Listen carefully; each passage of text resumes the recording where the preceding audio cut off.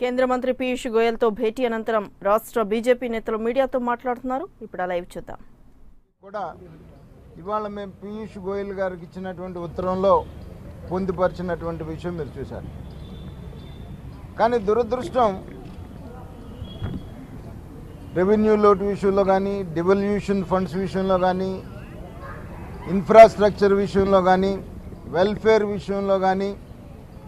కేంద్ర ప్రభుత్వం ఆంధ్ర రాష్ట్రానికి ఒక స్పెషల్ ట్రీట్మెంట్ 2014 నుంచి కూడా తెలుగుదేశం పార్టీ ఎన్డీఏలో భాగస్వామి అవటం వల్ల ఆంధ్రప్రదేశ్కి అన్ని డిపార్ట్మెంట్ల సందర్భంగా ఒక స్పెషల్ ట్రీట్మెంట్ తీసుకొని నిధులు ఇస్తున్నటువంటి విషయం ప్రజలకు తెలియనీయకుండా రాష్ట్ర ముఖ్యమంత్రి మొదటి నుంచి కూడా చాలా జాగ్రత్త పడినాడు. ఎందుకంటే ఆయన ఒక నక్క జిత్తుల నక్క మారి 2014లో ఏ రకంగా అయితే నరేంద్ర మోడీ గారి ఇమేజ్తో అధికారంలోకి వచ్చాడో అదే నరేంద్ర మోడీ గారు ఎస్టాబ్లిష్ కనుక ఆంధ్ర రాష్ట్రంలో అయితే ఆ నాయకత్వం తనకు ఎగ్జిస్టెన్స్ పోతుంది అనేటువంటిది తను ముఖ్యమంత్రిగా ప్రమాణ స్వీకారం చేసిన రోజు నుంచి మొదలుపెట్టినటువంటి మాట. ఆ రోజు నుంచి కూడా అన్ని రంగాల్లో నిధులు తీసుకుంటూనే, ఇన్ఫ్రాస్ట్రక్చర్ వైజ్ నిధులు తీసుకుంటూనే, సాగరమాల పేరు మీద నిధులు తీసుకుంటూనే, వెల్ఫేర్ ప్రోగ్రామ్స్లో సింహభాగం రాష్ట్రానికి తీసుకుంటూనే, ఏ రాష్ట్రానికి ఇవ్వనటువంటి మరుగుదొడ్లు కానీ, గ్రామీణాభివృద్ధికి కానీ, ఎన్ఆర్ఈజిఎస్కి కానీ, నీరు చెట్టు కానీ, గృహ నిర్మాణం కానీ, ఈ రకంగా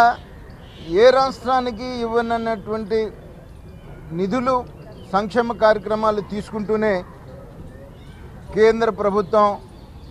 రాష్ట్ర ప్రభుత్వానికి అన్యాయం చేసింది అనేటువంటి ఒక మాట తను ఎన్డీఏలో పార్ట్నర్గా ఉంటూనే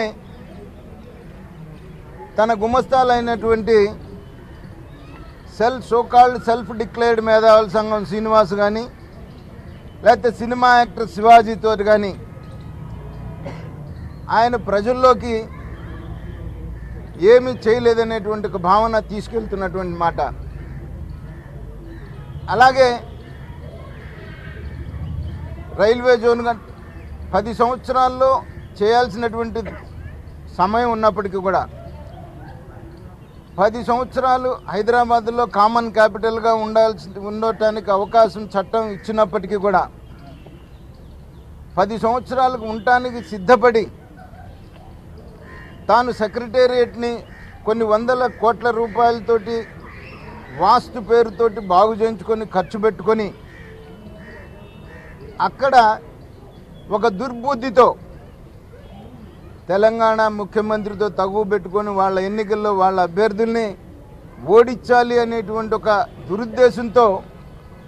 ఓటు నోటు కేసులో దొంగలాగా దొరికిపోయి అర్ధరాత్రి పారిపోయి వచ్చి ఆంధ్రప్రదేశ్కి తాను వచ్చిన తర్వాత ఆంధ్ర రాష్ట్ర ప్రజలు ఎంత మూల్యం చెల్లించుకోవాల్సి వచ్చింది ఒక ముఖ్యమంత్రి చేసినటువంటి తప్పుకి. కొన్ని వందల కోట్ల రూపాయల అద్దెల రూపంలో కానీ, 7 స్టార్ హోటల్స్లో క్యాబినెట్ నిర్వహించడం, టెంపరీ షెడ్యూల్ తోటి, టెంపరీ బిల్డింగ్స్ తోటి సెక్రటేరియట్ నిర్మాణం పూర్తి చేసుకోవడం, టెంపరీ హైకోర్టు తీసుకొస్తే టెంపరీ హైకోర్టు నిర్మాణం, టెంపరీ తోటి 5 సంవత్సరాలు గడిపి కేంద్ర ప్రభుత్వాన్ని దోషిగా చూపించడానికి తాను ప్రజల్లో సక్సెస్ అయ్యానని చెప్పేసి నన్ను అనుకుంటా ఉన్నాడు. కానీ గత 8 మాసాలుగా మేము చెప్తానే ఉన్నాం, ఆంధ్ర రాష్ట్ర ప్రజలు వాస్తవం తెలుసుకున్న రోజున చంద్రబాబు నాయుడిని ఆ రాష్ట్రం నుండి తరిమేస్తారు ఆంధ్ర రాష్ట్ర ప్రజలు అనేటువంటి ఒక మాట. దానికి సందర్భంగానే ఇంకా 10 సంవత్సరాల సమయం ఉన్నప్పటికీ కూడా 90% చట్టంలో పెట్టినటువంటి కార్యక్రమాలు కానీ, పెట్టనటువంటి కార్యక్రమాలు కానీ చట్టంలో పెట్టింది 11 విద్యా సంస్థలు అయితే కానీ 39 సంస్థలను కేంద్ర సంస్థలను 5 సంవత్సరాల్లోనే రాష్ట్రానికి కేంద్రం ఇచ్చినటువంటి మాటని ప్రజల్లోకి పోనీయకుండా నొక్కి మా గొంతులు నొక్కినటువంటి పరిస్థితి మీరు చూస్తూనే ఉన్నారు. అలాగే ఇన్ఫ్రాస్ట్రక్చర్ విషయంలో